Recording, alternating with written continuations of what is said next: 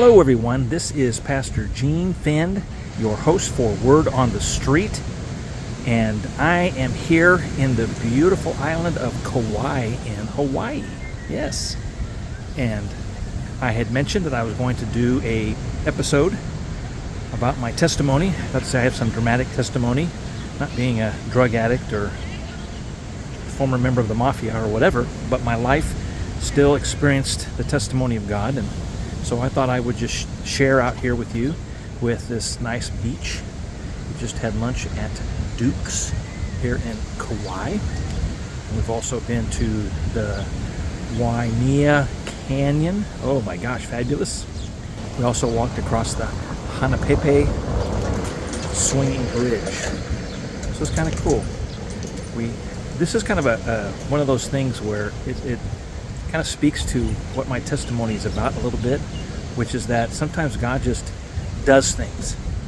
We planned a trip to Oahu, the main island of Hawaii, and I'll maybe share that next time or whatever, but we had a layover. It's kind of weird. We flew from the Bay Area to Hawaii, and we were going to Oahu, Honolulu, but we had a 10-hour layover in Kauai. Okay. And instead of just sitting in the airport, which it's not much of an airport, it's just a small island airport, we decided to go out on an adventure. And we've had that happen a couple of times in the past. One time we were traveling to South Korea to see a granddaughter who had been born over there. My son was in the military and he was stationed there and he had a daughter. And we had a layover in China, Beijing. Well, lo and behold, we were there for 4 days. Got to go on the Great Wall, walk through Tiananmen Square, the Forbidden City. Just lots of fun stuff. One time we were going through Fiji, had a layover. Well, we stayed there a couple of days. But just kind of blessings. And we've been so many places. So where do I begin? Where do I begin this crazy story that is my life? One of the biggest things about my childhood is that I am the son of a Navy person. My dad was in the Navy for 20 years. We would basically call you Navy brat. And what that means is that I traveled quite a bit, all kinds of places. I was born in Massachusetts. I've lived in Florida, South Carolina, New Mexico, Virginia, Washington, California a couple times, where I live now. And I've lived in Turkey. I've lived in Grenada. I've been a lot of places. And just what that means is lots of times you're just not ever a part of one place. You know, you would come into a place, especially when I was a kid, I'd come into a place and, you know, kids had grown up with each other for years and I'm the outsider and they would include me in their friend group, but I was never really a part of. And so that just kind of made me a little bit of a lonely person, and I experienced rejection of some form. My parents, who were fine parents, didn't abuse me or do stuff like that, but my parents were not necessarily affectionate. Hugging, kissing, I love you, proud of you, none of that stuff. And so they just kind of left me out there in the void. And this kind of led me to eventually just start talking to God. I was raised Catholic, went to Catholic school for a lot of years, altar boy, just different things. But I wanted a relationship with God. I don't even know how that started, why that was happening, but it was part of my life when I was in high school in Washington State. In fact, I remember one time I was in the commons, the main area where there was a stage and we had our lunches, a cafeteria. It's kind of cafeteria, but we called it the commons at my high school.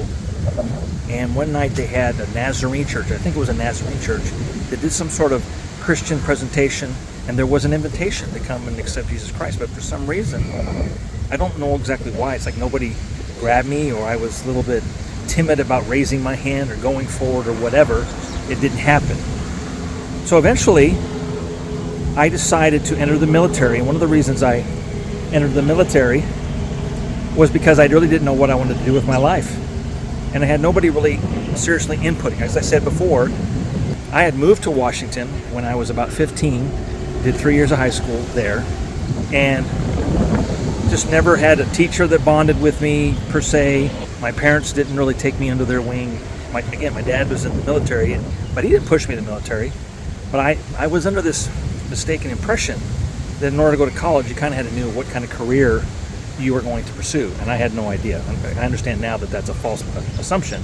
But again, I had nobody to ask questions or anything like that. So I ended up going into the military. And when I did, not because I hated God or hated church or anything, I just didn't feel there was anything for me in going to the church, Catholic church in particular, because that's what I was raised in. Was active and all that stuff. And so I went into the military, spent a year in Turkey, had all kinds of crazy stuff happen, went to New Mexico, and while I was in New Mexico, I had an incident happen where you might say I was ministering to a young lady who had been stationed at where we were at, while her husband, who was also in the military, had been stationed in another place in Texas. Now you might think, well, New Mexico and Texas aren't that far apart, but they're big states. Try driving across Texas. It'll take you a day or two. Anyway, she was having a really hard time, and I was ministering to her. But not to go into a lot of details, I got in a little bit of trouble because I prioritized what I was trying to do to help her. And there were some guys taking advantage of her and all that kind of stuff. And I wasn't doing that, but I wanted to help her. I got myself in some trouble, got demoted. And I was kind of like very anti-Army. If there's a root thing in me that's kind of a problem, it's that I'm kind of critical of authority. That's not a good recipe when you're in the military. But during that time, there was a young man. I say young, he was young then. He's a little older than I am now. And I've reconnected with him over the years. But he was a chaplain's assistant, name of Butch or Sydney. I don't know what he likes to go by. And he started doing a Bible study. He was a chaplain's assistant there. Started doing a Bible study, me and another young guy. And in that process, he introduced me to who Jesus was, about him dying on the cross, all those things. And I asked Jesus to come into my life at that point, back in September of 1980, while I was stationed in New Mexico. Well, so far it just seems like I'm relating a lot of facts to you guys, and I'm going to continue just for a moment. I gave my heart to the Lord while I was in New Mexico, and I was still there for another 4 months or so. I had a really spectacular thing happen to me while I was there that kind of just gave me this idea that God is real and God really wants to be a part of my life. So as I mentioned before, I did not like the Army. In fact, I became very anti-Army to some degree. And I tried to grow my hair out. Funny that, right? Here I got my head almost shaved, it seems like. But at that point, I just didn't want to be associated with the Army anymore. And so what happened was, planned a vacation, take some leave to come to California from New Mexico over Thanksgiving week. This was in, again, 1980. And I was trying to be really smooth here, right? So I took vacation on Monday, Tuesday, Wednesday, but then I had the weekend before off, and I had Thanksgiving so I got 9-10 days off for only using 3 days. Pretty slick, huh? Anyway, I'm trying to grow my hair out a little bit, not anything of consequence, but maybe a little bit noticeable in the military way of life. And there was a sergeant, I didn't know him very well. I think he was the sergeant that was there for, people to re-up, extend their thing. And he caught me and he goes, "Hey, soldier, I want you to get a haircut." I said, "Hey, I'm going on vacation." This was actually on the Friday before the Saturday I was going to leave. And, my lieutenant knows about it, and I'll get it cut when I get back. And it just wasn't good enough for him. And so I went and I got the slightest haircut, slicked it down, and I went and presented myself to the aforementioned sergeant who gave me the A-OK. But what I did was I went into my first sergeant's office. Now, he was kind of like the barracks guy. He ran the barracks. And, I know him fairly well. He was in there with another sergeant who I happened to run into when I was in boot camp. I knew him from boot camp. Completely different person who was in boot camp than there. But I went in there kind of ranting, raving, not being rude and disrespectful. I said, "I'm sick of this. I'm tired of this. I'm done with this. I don't want to be a part of it anymore. Just kick me out," was basically my thought there. And so, boom, I took off on my vacation. It went well.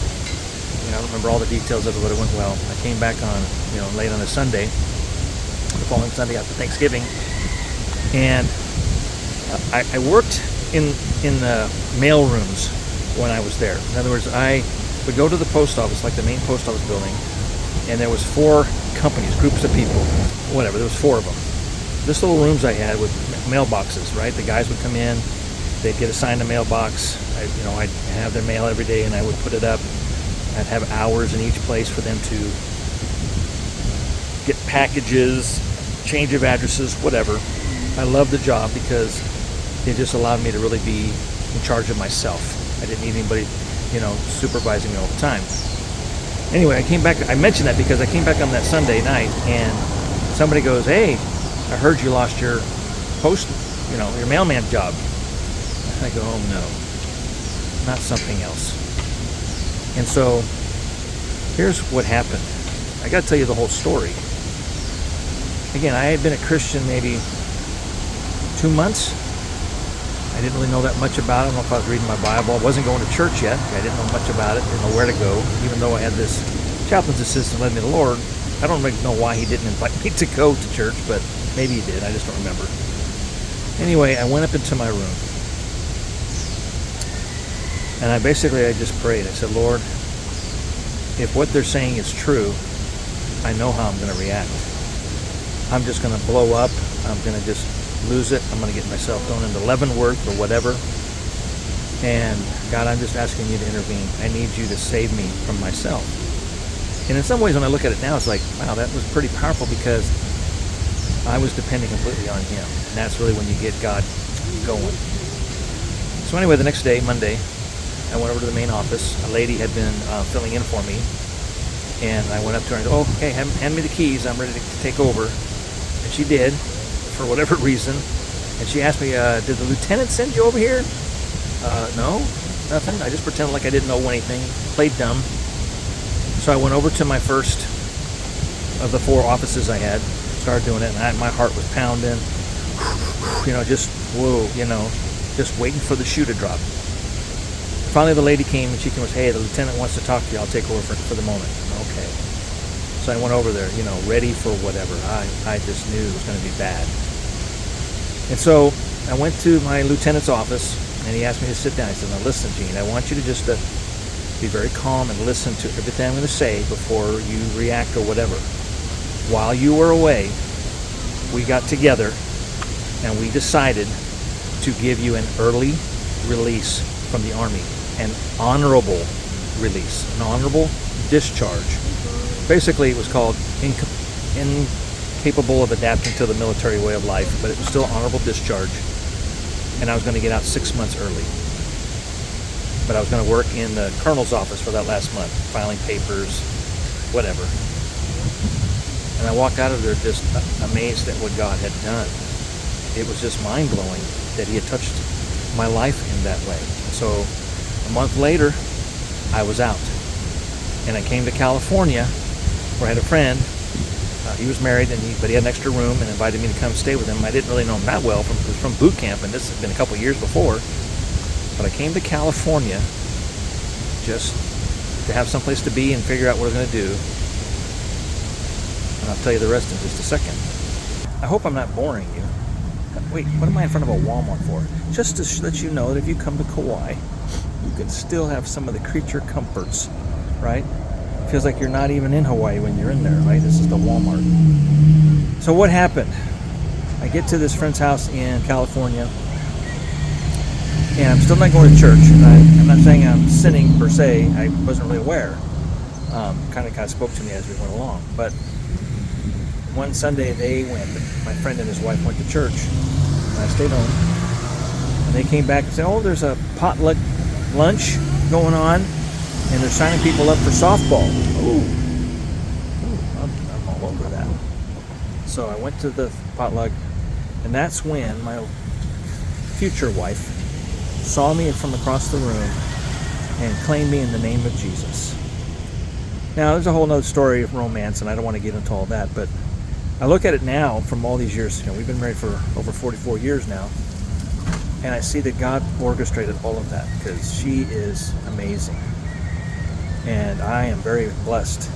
Like I said, I had a little bit of dysfunction in my life, and she's been patient, long-suffering, but just, doesn't have all the drama. I'm the drama. God has blessed me, blessed us. As I said before, we have ministered in Hungary, Thailand, Mexico, the Philippines, just different places.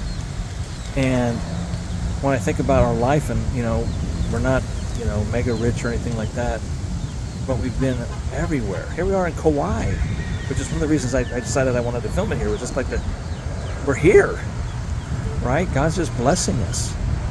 And not only that, but just the opportunity to minister to people. And really what I wanted to wrap this up with is not so much just all that story. Again, it doesn't sound very dramatic. God didn't set me free from drugs or whatever that you might dream up as like, well, that's got to be a testimony. This is not a testimony. But God has worked on my life, and He's changed me. My wife will attest to that. The point I want to get across is that He can do the same for you. You just have to be willing to allow Him to do that. And it's not always been easy. I've struggled some, but I know that there have been times in my life when I felt like throwing in the towel, walking away. And Jesus always reminds me of who I'm doing this for. I'm doing it for Him. I'm not doing it for my wife, my kids, the church, or whatever. I'm doing this for Him. And He's never failed me. And some of you know the testimony of the fact that we lost our firstborn daughter. We lost a son of ours just 6 years ago. Died of a heart attack. So we've had some hardships, some difficulties here and there, wild things on the journey that maybe I will share in the future. But the point that I really want to get across to you is that God will walk with you, and He will do amazing things if you just surrender your life to Him and allow Him to do the work that He wants to do in your life. I don't know what else to say beyond that. I just know that there's been pivotal moments in my life. God's filled me with His Spirit, worked on me with issues about just not really having a father figure in my life. I mean, again, my dad wasn't a terrible person, but he just wasn't connected, affectionate, whatever you want to call it, supportive. He just living his life, struggling like anybody else. Fortunately, I thank the Lord. He gave his heart to the Lord, about 10 or 11 years before he passed away, and serving God with all his heart, leading people to the Lord and everything. So, that's exciting to me. Didn't do much for my psyche, but God's been good, and He's been a blessing. And I just kind of wanted to share this in this setting, not the Walmart setting, but in being in this place in Kauai, and just thinking about all the things He's done. I'll wrap it up with this, memory. I went to Hungary. We went to do what we called an encounter weekend in Hungary, and they wanted us to teach some of their people. He had one guy speak a lesson. Kind of had a rough time with it, but got through it. And I came in on a Thursday. I flew over there on a Thursday. I want you to catch this. I spoke on Sunday morning in the church in Hungary, big old church in Budapest, and 10 people came up to the altar to give their hearts to Jesus Christ. And that's just amazing to me. Just amazing. Again, we can never determine, where they are in their walk. I pray that they're all serving God still. But just to have that opportunity to plant those seeds, hope that they last. And not just that, but in many other places with kids, teens, adults, whatever. God wants to use you as well. And He wants to just show you amazing things. But you got to put your faith in Him, your trust in Him. Hold on even when the rough parts come up. Because He will do amazing things in your life and through your life. Again, this life is just the threshold. We live our life here, and then we spend eternity with Him. And this is all about just allowing God to work in our lives to be a blessing to other people so that they also may come to know Him, have a relationship with Him, and spend eternity with Him. You guys be blessed. God loves you. Have a great week, and we will catch you on the flip side. Aloha and mahalo.